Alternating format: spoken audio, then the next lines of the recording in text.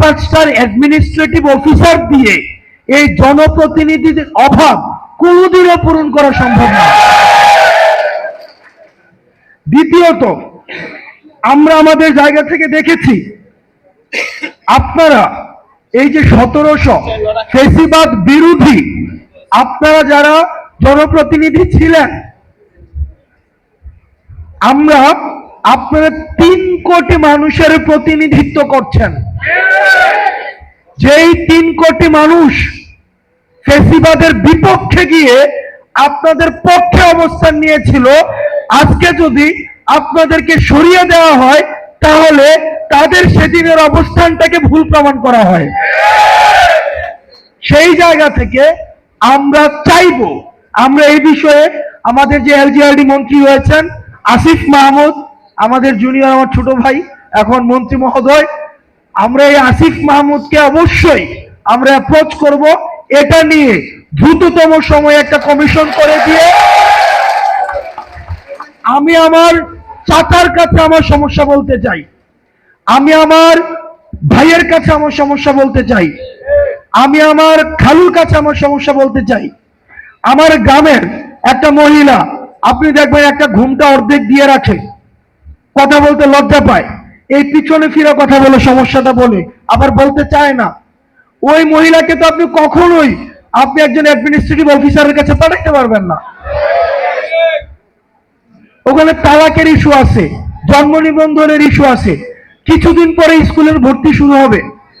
এই যে কিছুদিন পরে কিন্তু শুরু হবে, এই যে স্কুলের ভর্তি শুরুটা হইলেই জন্ম নিবন্ধন লাগবে। এই জন্ম নিবন্ধন একটা অ্যাডমিনিস্ট্রেটিভ অফিসার তার এই রুটিন ওয়ার্ক কমপ্লিট করে এই পুরো প্রক্রিয়া সম্পন্ন করা এটা কোনোভাবেই সম্ভব না। আমার এলাকায় কয়জনের জন্ম হয়, কয়জনের মৃত্যু হয়, কয়জনের জানাজা হবে, কয়জনের কি হবে, এটা একজন জনপ্রতিনিধি ভালো বুঝবেন। সেই জায়গা থেকে আমরা আমাদের অবস্থান স্পষ্ট। এই ফেসিবাদের এই ভয়ের অনেকে আপনাদের জেলে যেতে হয়েছে, আমি অনেককেই চিনি যারা জেলে থেকে নির্বাচন করা হচ্ছে জিতেছে। তো ওই মানুষগুলোকে আমরা সম্মান জানাতে চাই। আর আজকে এই 4 দেয়ালের মধ্যে যারা রয়েছেন, আমরা বিশ্বাস করি তারা হচ্ছে ফেসিবাদ বিরোধী শক্তি।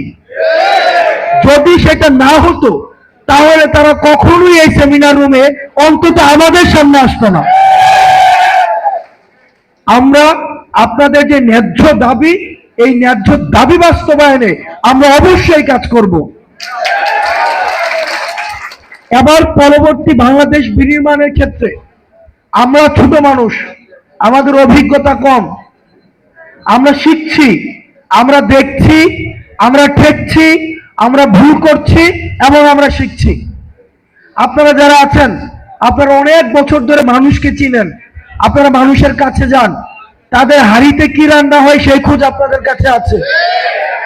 আপনারা আমাদেরকে পরামর্শ দিবেন এবং আমরা একসাথে গ্রামে পৌঁছাইতে চাই।